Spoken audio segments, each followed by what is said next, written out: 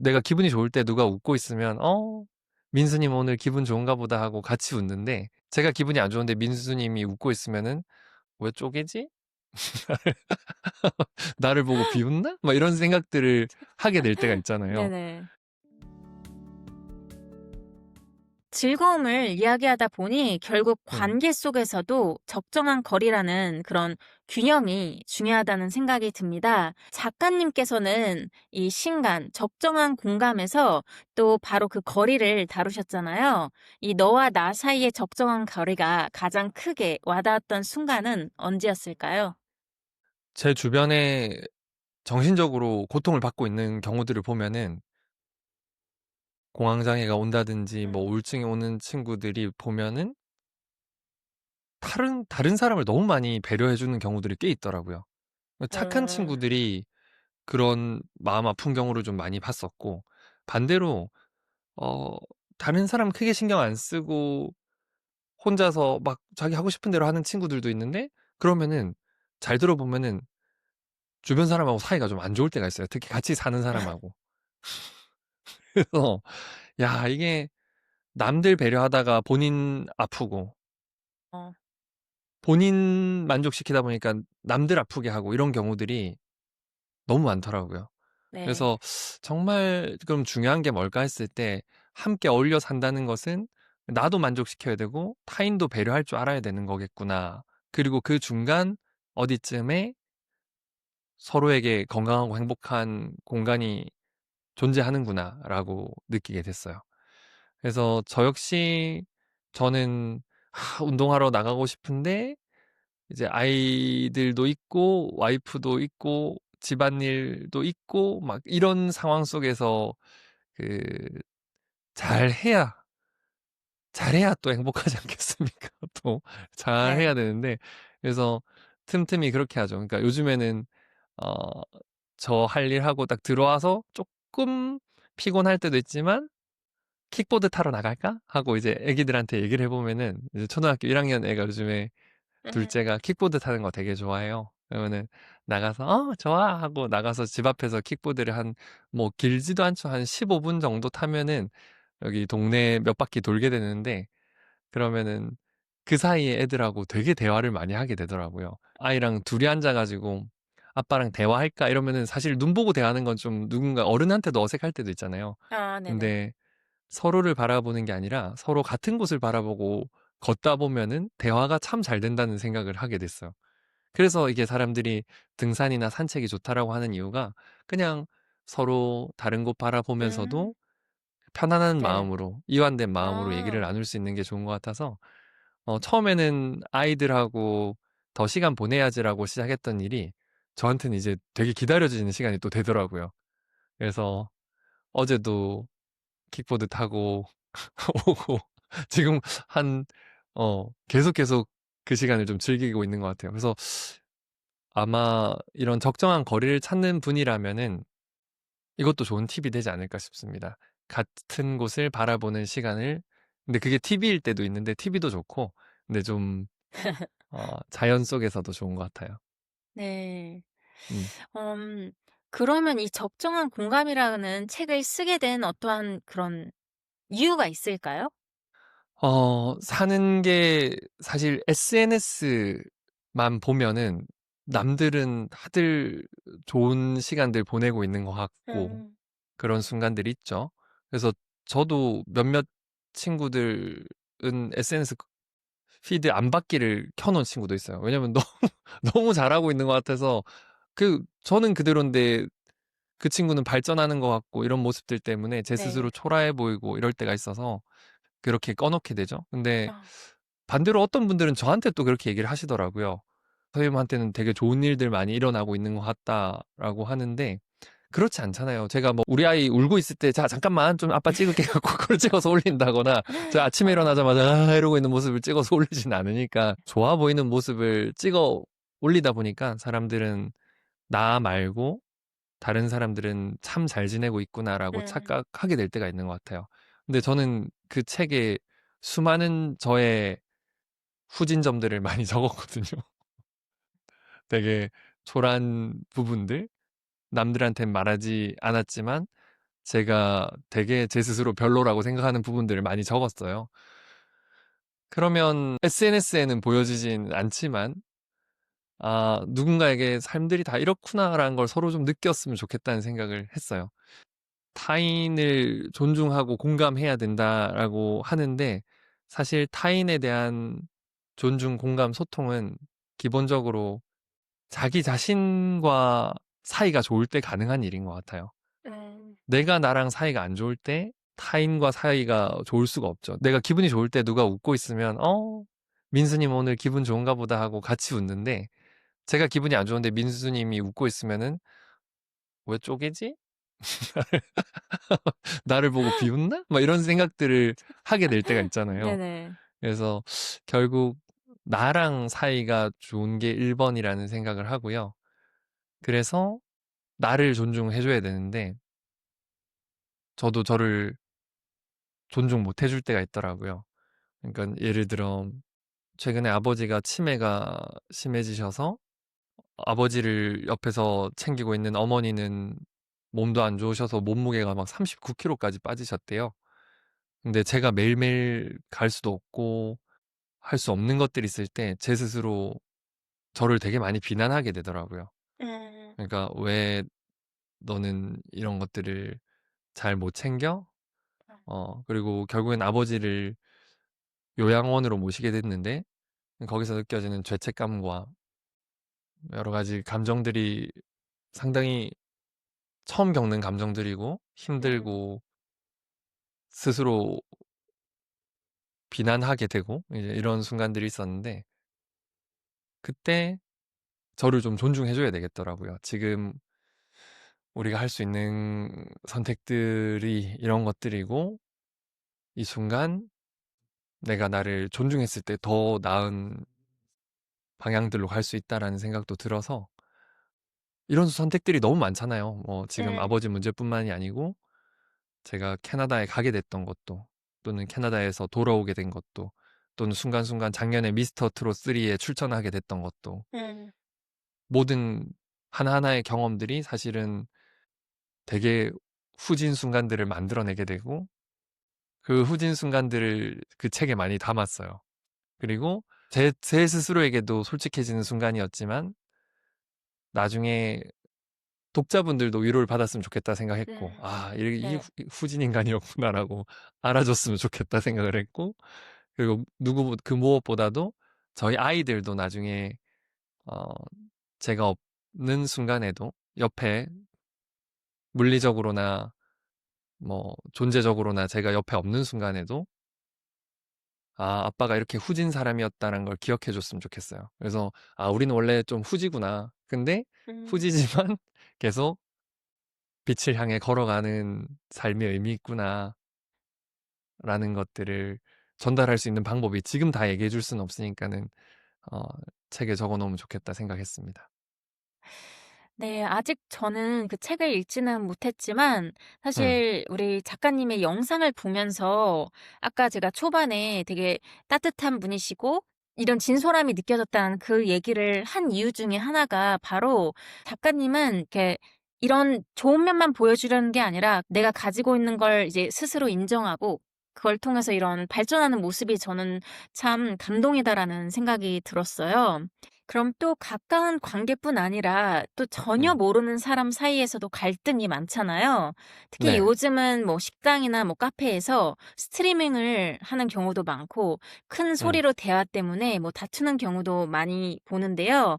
네, 이런 상황에서 이 적정한 공감의 메시지를 좀 적용한다면 어떻게 음, 하면 서로의 거리를 존중하면서도 내 필요를 전할 수 음, 있을까요? 아니면 전하지 말아야 음, 할까요? 그 스피치 코칭 하다가 여성분들을 위한 호신술 가르치시는 분을 만난 적이 있어요. 그래서 저도 무도를 하는 거를 하고 있었기 때문에 아, 오늘 뭐 나도 기술이나 하나 배워오면 좋겠다라는 생각으로 만나러 갔었는데 근데 놀랍게도 그분이 첫 시간을 진행을 하실 때 무슨 기술을 가르쳐 주는 게 아니라 이걸 알려주시더라고요. 하지 마세요!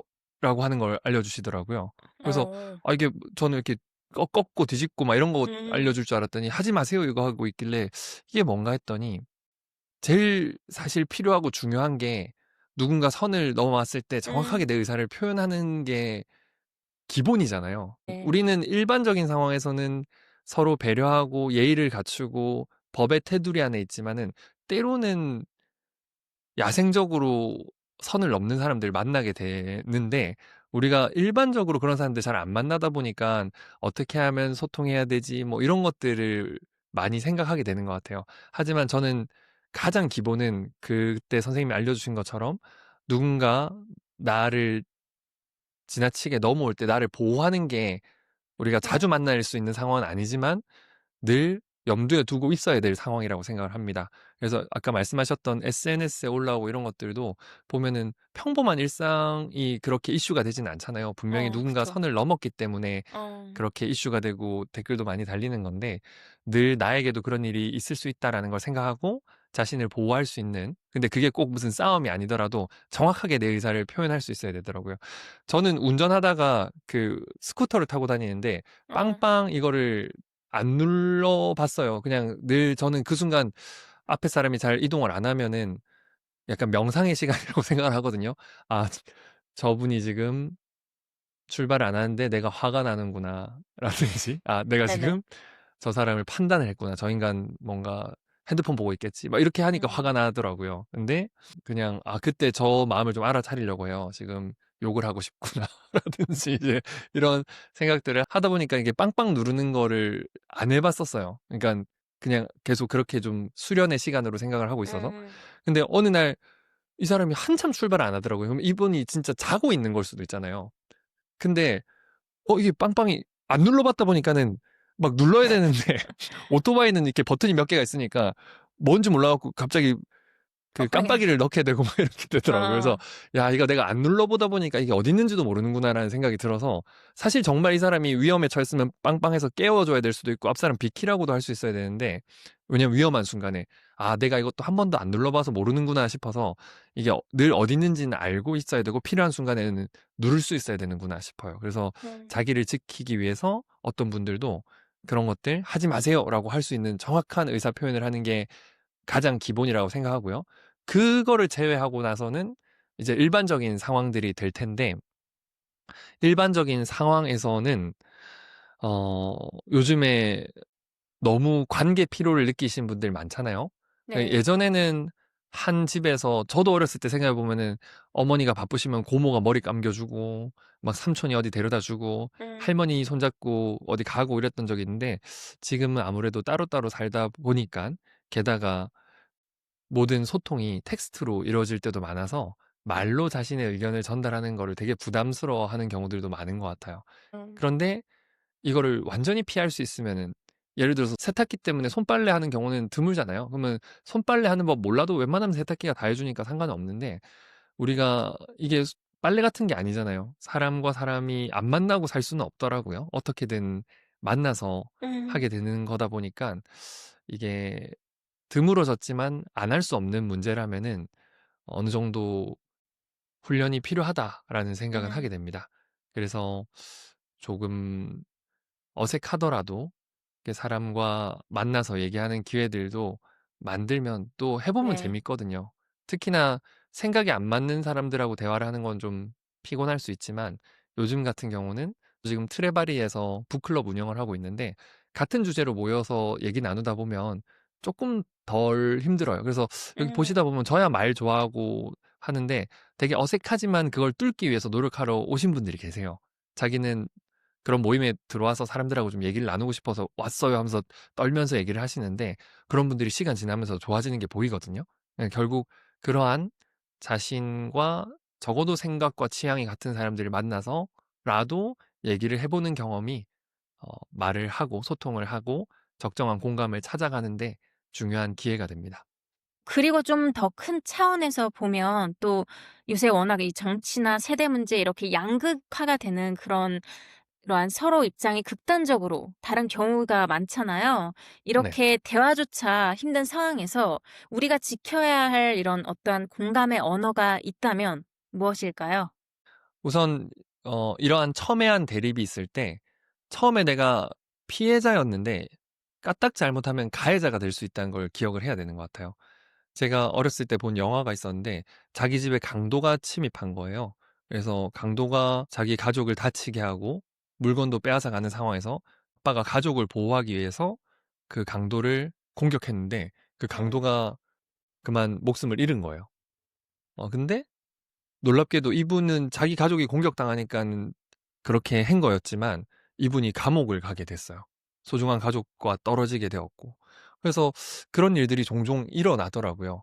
그래서 저는 중요한 게 누군가 선을 넘었다 하더라도 정당방위의 선을 우리가 늘 지키는 걸 염두에 둬야 된다고 생각을 해요.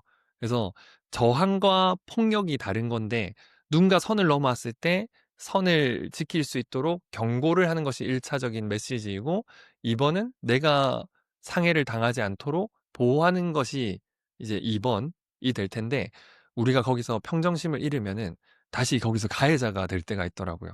그래서 저도 그런 일을 많이 겪어봤어요. 누군가 선을 넘었을 때 저도 화가 나서 얘기를 했는데 나중에 비춰지기로는 제가 폭력을 가하는 것처럼 보여지는 그게 언어 폭력이 됐던 육체적인 폭력이 되었든 그게 되더라고요. 그래서 항상 그런 상황 속에서도 이런 것을 염두에 두고 어, 자신을 지키되 또다시 내가 그 사람에게 선을 넘지 않는 그 음. 구간을 잘 발견을 할 필요가 있다. 정신 바짝 차려야 된다라는 생각을 합니다. 예. 결코 쉽지 않은 그런 것 같아요. 음.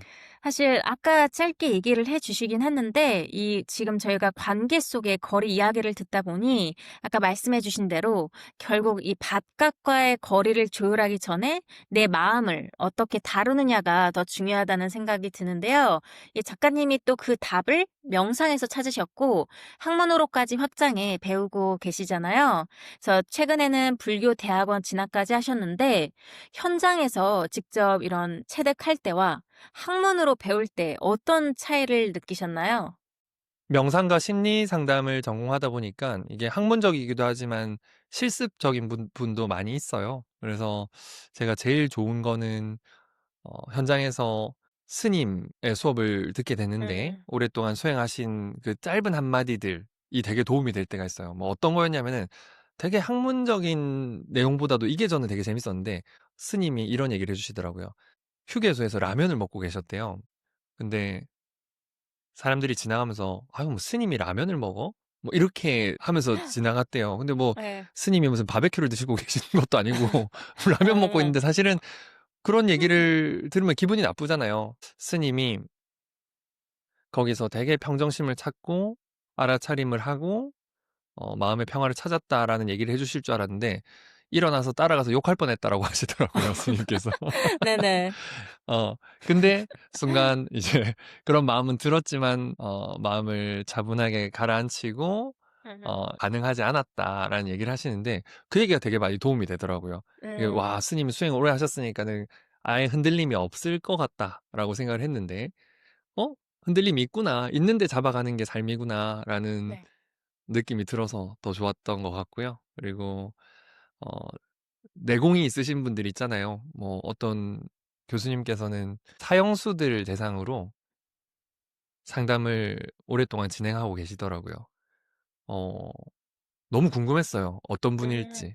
만나서 얘기를 또 수업을 들으면서 그분의 에너지를 느끼죠. 아, 어떤 어. 마음으로 저런 일을 하시고 어떤 수행을 하셨기에 저는 사실 자신이 없거든요. 음. 내가 무슨 얘기를 해줘야 될지도 모르겠고 그 공간의 에너지에 압도당할 것 같고 또 내가 무슨 얘기를 했을 때 상대방이 어떻게 생각할지 너무 복잡해지는 음. 지금도 상상을 하는 것만으로도 쉽지 네네. 않은데 예. 어떠한 단단함과 부드러움이 있기에 그렇게 하실 수 있을지 그냥 지금은 그 옆에서 함께 하는 것만으로도 그 에너지를 느끼는 고 있는 상황입니다. 에너지가 어떠신가요? 궁금하네요. 그분들의 에너지요? 아니 가서 그 강의를 해 주신다는 그분의 에너지. 음. 그래서 그 단단함과 부드러움이 아 있으세요. 그게 그래서 네, 단단함과 그러니까 부드러움. 우리가 중도라고 하는데 중도는 원래 중앙도서관의 약자로 우리가 많이 쓰고 있지만 네. 중도 아세요? 아, 네, 알죠, 중도 많이 알죠. 갔었는데 중앙도서관인 중도는 많이 가지만 그 삶의 중도는 잘 못 지킬 때가 많더라고요, 제가. 그런데 그런 분들은 며칠 전에 그 UFC 영상을 보는데 그런 얘기를 하더라고요. 아, 이 사람은 타격을 온몸을 던지면서 한다라고 얘기를 하는데 음, 보통은 우리 민수님도 킥복싱 하시고 무에타이 하셨지만 이게 중심을 잃지 말라는 얘기를 되게 많이 하잖아요. 중심을 음, 세게 치겠다고 중심을 잃고 들어가다 보면은 그 넘어지죠. 다음에 무방비로 넘어지고 음, 흔들리기 때문에 사람은 풀파워로 못 달려가잖아요. 네. 그 온몸에 힘을 실어가지고 못하고 그냥 중심을 잡는 정도에서 밸런스를 유지하는 것이 목표인데 저 사람이 저렇게 온몸으로 칠 수 있는 이유는 그래플링에 자신이 있기 때문입니다라는 얘기를 하더라고요. 그러니까 그래플링은 넘어져서 할 수 있는 건데 그거를 너무 네. 잘할 수 있으니까 그 어, 다음에 넘어져도 상관이 없으니까 오히려 넘어지는 자세가 자기한테 유리할 수 있으니까는 온몸으로 칠 수 있다라고 얘기를 하더라고요. 근데 저는 삶에서 이게 그런 장면들이 많이 있는 것 같은데 우리가 실수를 감당을 못하는 사람들은 안 틀리려고 하잖아요. 근데 실수에서 또 다른 길이 있을 수 있다라고 생각하는 사람들은 더 도전할 음, 수 있더라고요. 그래서 저는 그분들을 보면서 그 삶의 내공이 있는 분들을 보면서 뭘 느끼냐면은 저분들은 계획한 대로 되지 않아도 거기서 분명히 새로운 길이 있다고 믿고 있구나라는 에너지를 음, 얻었어요.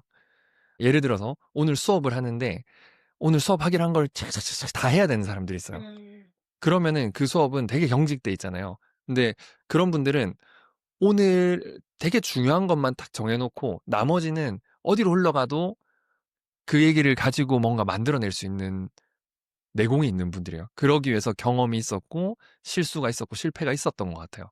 그러니 상관없어지는 느낌? 아, 저분은 어디로 흘러가도 다 감당할 수 있구나. 그래서 누군가에게 질문할 수 있고 저도 소통 강의를 하면서 사람들한테 질문 많이 해라고 하거든요. 근데 질문을 잘 못하는 이유가 질문을 했을 때 음, 상대방이 다른 얘기를 하게 되면은 자기 생각에서 벗어나 버리면 그거 감당이 안 되니까는 그냥 음, 자기 준비한 것만 쫙 얘기할 때가 많아지더라고요. 근데 경험과 내공이 있는 분들은 질문하고 그 사람이 무슨 얘기를 하든 받아서 그래플링을 하시더라고요, 다시.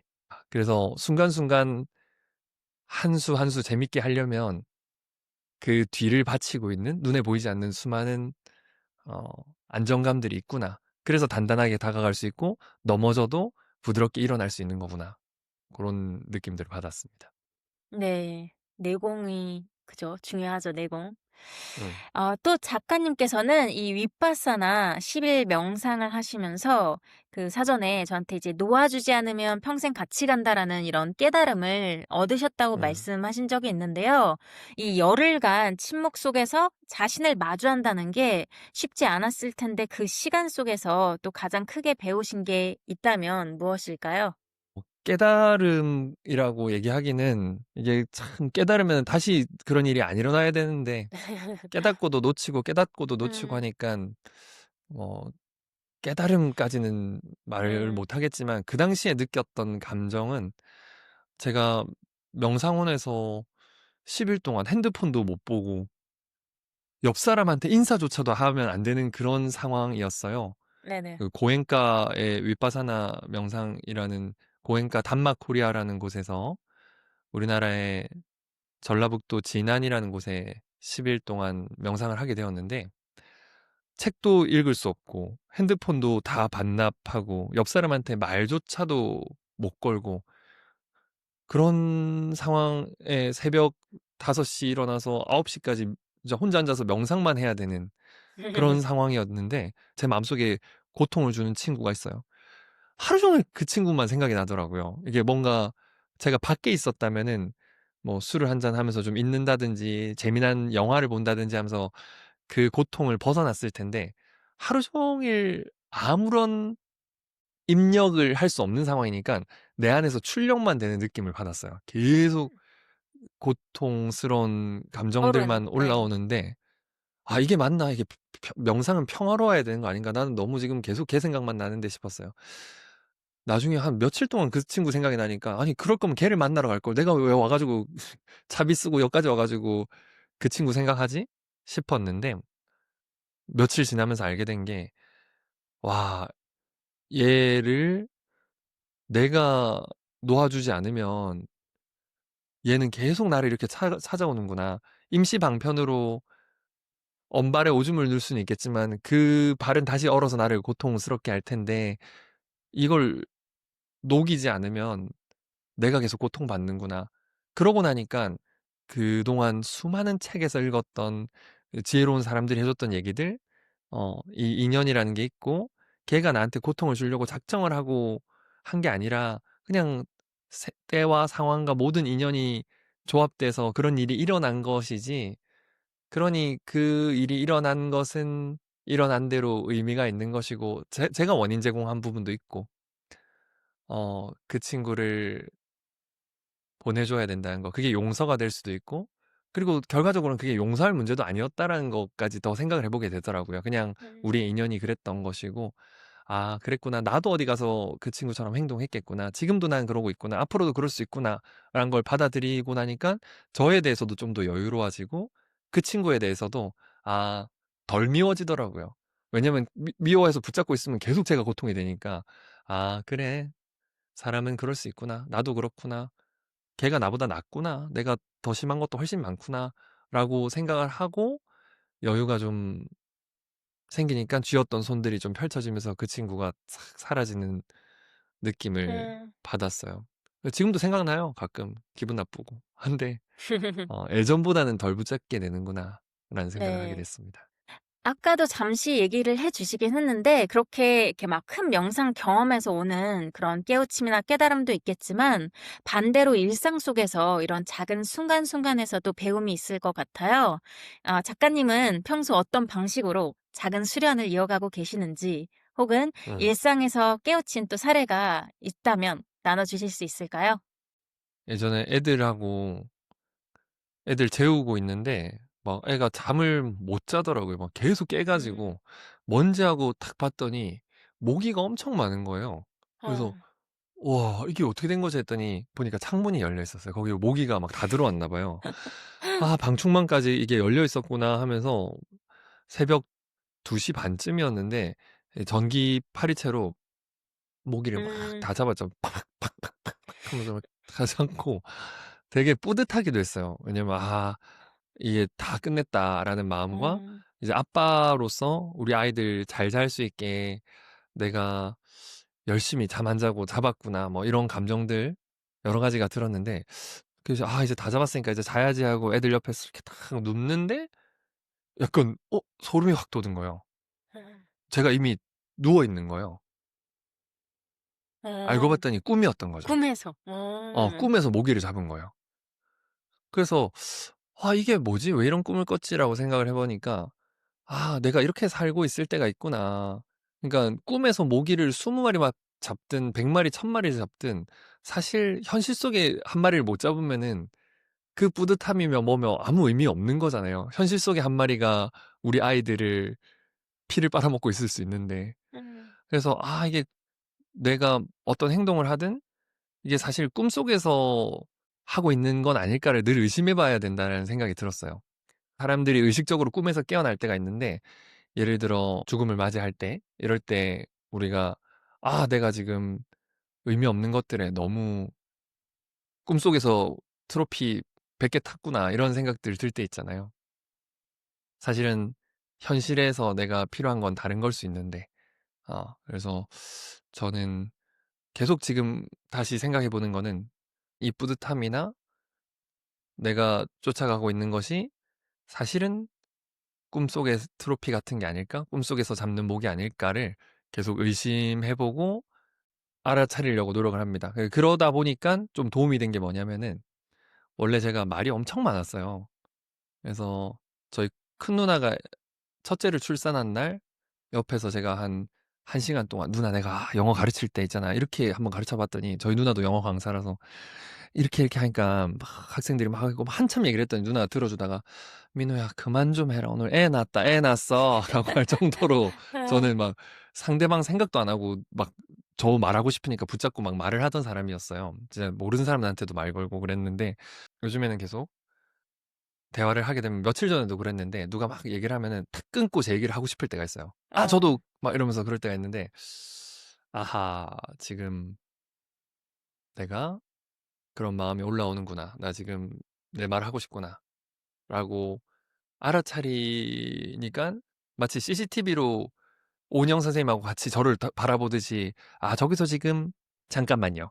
저기서 지금 말을 네네. 들어가고 계시네요.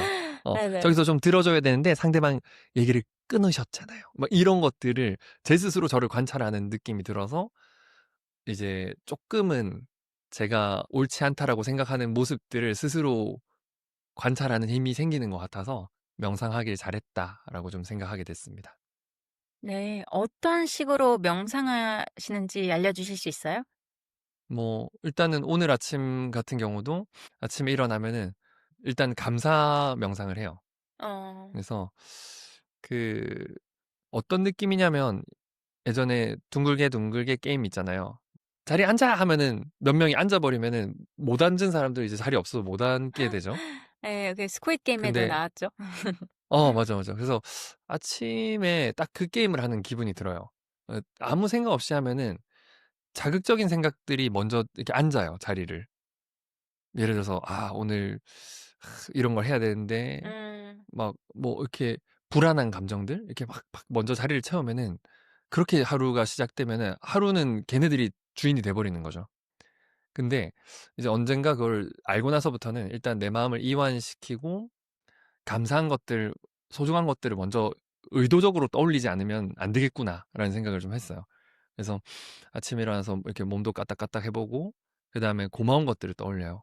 아, 지금 일어나서 감사하구나. 그럼 이제 불안한 감정들도 이제 같이 오잖아요. 아, 오늘 뭐 하기로 했는데? 그러면은, 아, 내가 좀 불안한 감정을 좀 떠올랐구나 하고, 걔가 발전 안 되게 일단 스톱을 시키는 거죠. 마치 유럽에서 예전에 갔을 때 누가 제 핸드폰 훔치려고 손 이렇게 오는데 제가 탁 쳐다보니까 이러면서 가더라고요. 어. 그런 것처럼 걔가 가만 놔두면 끝까지 가잖아요. 근데 걔를 네. 한번 탁 봐주면 걔가 더 이상 확장 안 되는 거죠. 음. 그런 것처럼 이제 불안이 시작되려고 할 땐, 너 이렇게 해줘서 이제 떠나가게 만들고 이제 다시 의도적으로 고마운 생각들, 감사한 것들 이렇게 떠올리다 보면 이제 좀 에너지가 정화되고 이제 그런 게 제일 먼저 하는 거고 그다음에 엘리베이터 같은 거 탔을 때도 계속 핸드폰 막 많이 하게 되잖아요. 이렇게 보고 길 가다가도 요즘에 너무 놀라운 게 길 가다가 신호등을 건너는데 세 명이 건너는데 세 명이 다 핸드폰을 보고 있는 경우들 있더라고요. 너무 사실 네. 위험하잖아요.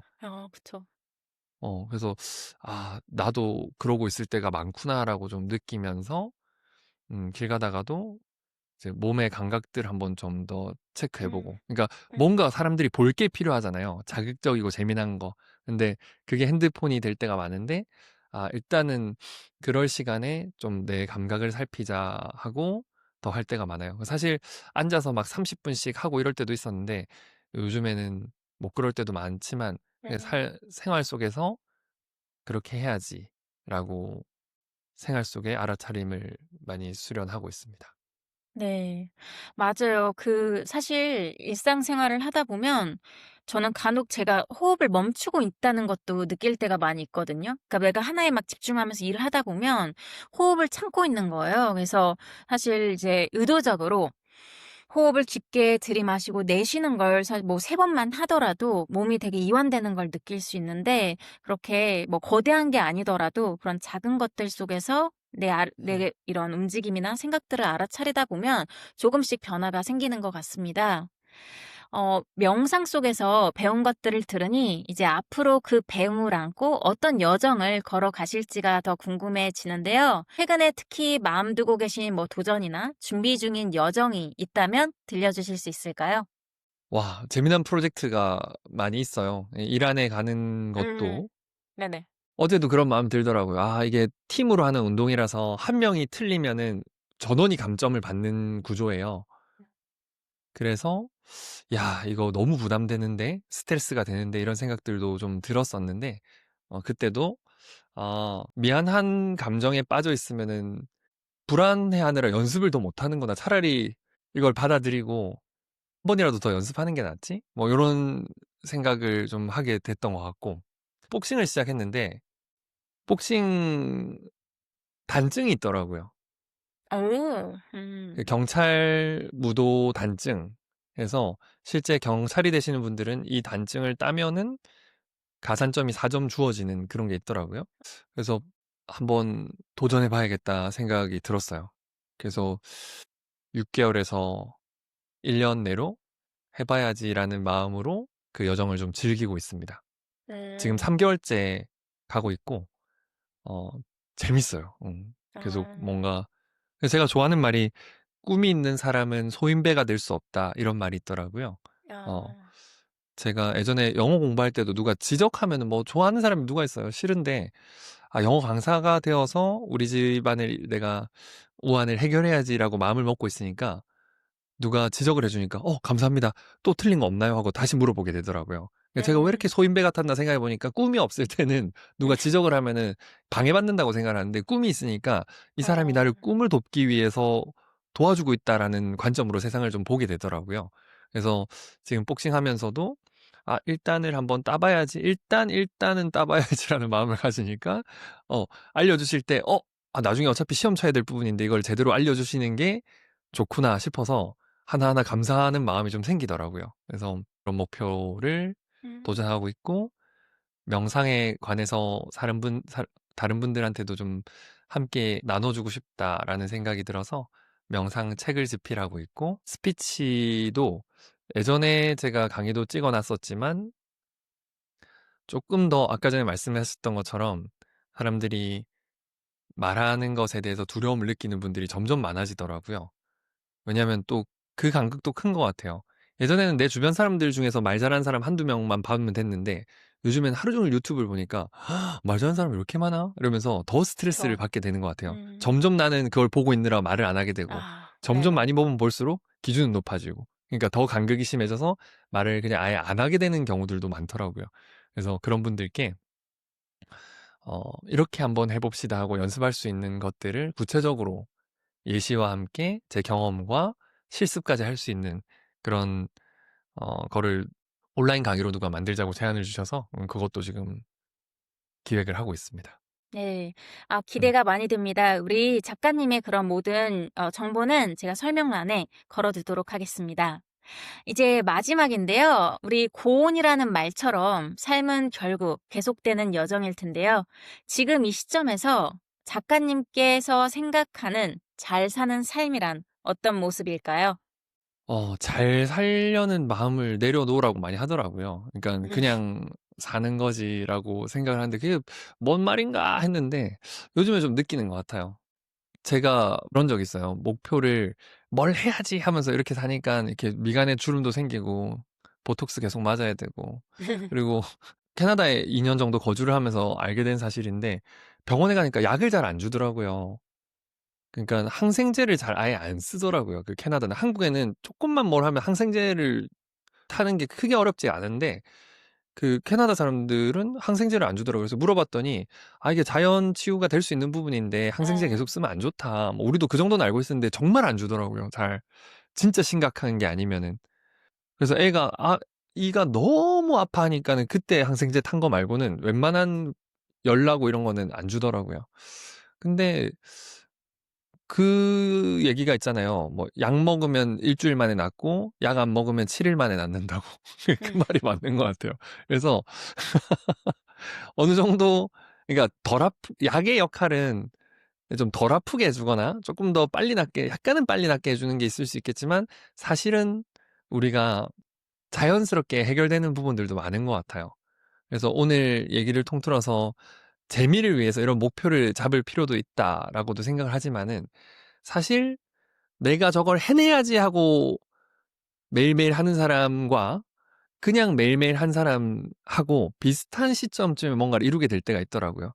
예를 들어서 저기 방문에 턱걸이가 걸려 있는데 저거를 내가 10개를 해야지 하고 하면은 때로는 그게 스트레스 속에서 살아갈 때가 있고 그냥 지나가다 한 개씩 해야지 하다 보면은 어느 날 내가 2개 해야지 생각 안 했는데 순간 2개가 될 것 같은데라는 느낌에 짝 해보면 2개가 되고 오늘 3개 해야지라고 목표를 안 잡아도 그냥 지나가면서 계속 하다 보면은 갑자기 3개가 되겠는데 싶어서 짝 해보면 3개가 되고 이런 순간들이 오더라고요. 그래서 두 가지가 있는 것 같아요. 재밌게 살기 위해서 적절한 목표를 잡는 것도 중요하지만 그냥 하는 시스템을 만들어 놓으면은 음. 하다가 자연스럽게 성장하는 경우도 있어서 재미를 위해서 목표를 정할 필요도 있다. 그런데 그냥 하면은 또 되더라. 라는 생각도 들어서 그 안에 균형 속에 스트레스 받지 않고 즐거운 꽃을, 아름다운 꽃을 피우는 삶이 되었으면 좋겠습니다. 오늘의 대화에서 이 도전이 곧 배움과 성장이 되고 그것이 즐거움과 공감으로 확장된다는 걸 느낄 수 있었습니다. 영어와 소통, 명상까지 다양한 길을 걸어왔지만 결국 한 사람, 이민호님의 진정성 있는 여정을 만날 수 있었습니다. 이 이야기는 우리 모두에게 완벽보다 즐거움, 경쟁보다 이 연결을 선택할 때 삶이 더 온전해진다는 용기를 건네줍니다. 이민호님, 고온 팟캐스트에 함께 해주셔서 대단히 감사합니다. 감사합니다. 행복한 시간이었습니다. 민수님 덕분에. 고민수 삼행시로 마무리할게요. 네. 음, 부탁드립니다. 고, 고통이 없는 삶이 어디 있겠습니까? 민, 민감하고 예민해지고 하루하루 짜증이 날 때도 있지만 수. 스토리를 완성해 갑시다. 자기의 삶이 기다리고 있습니다. 아, 감사합니다. 감사합니다. 오늘의 대화가 여러분에게도 작은 영감과 용기가 되었길 바랍니다. 오늘 이야기에 공감하셨다면 구독과 공유로 함께 해주세요. 우리의 여정은 계속됩니다. 다음 에피소드에서도 함께 고운해요.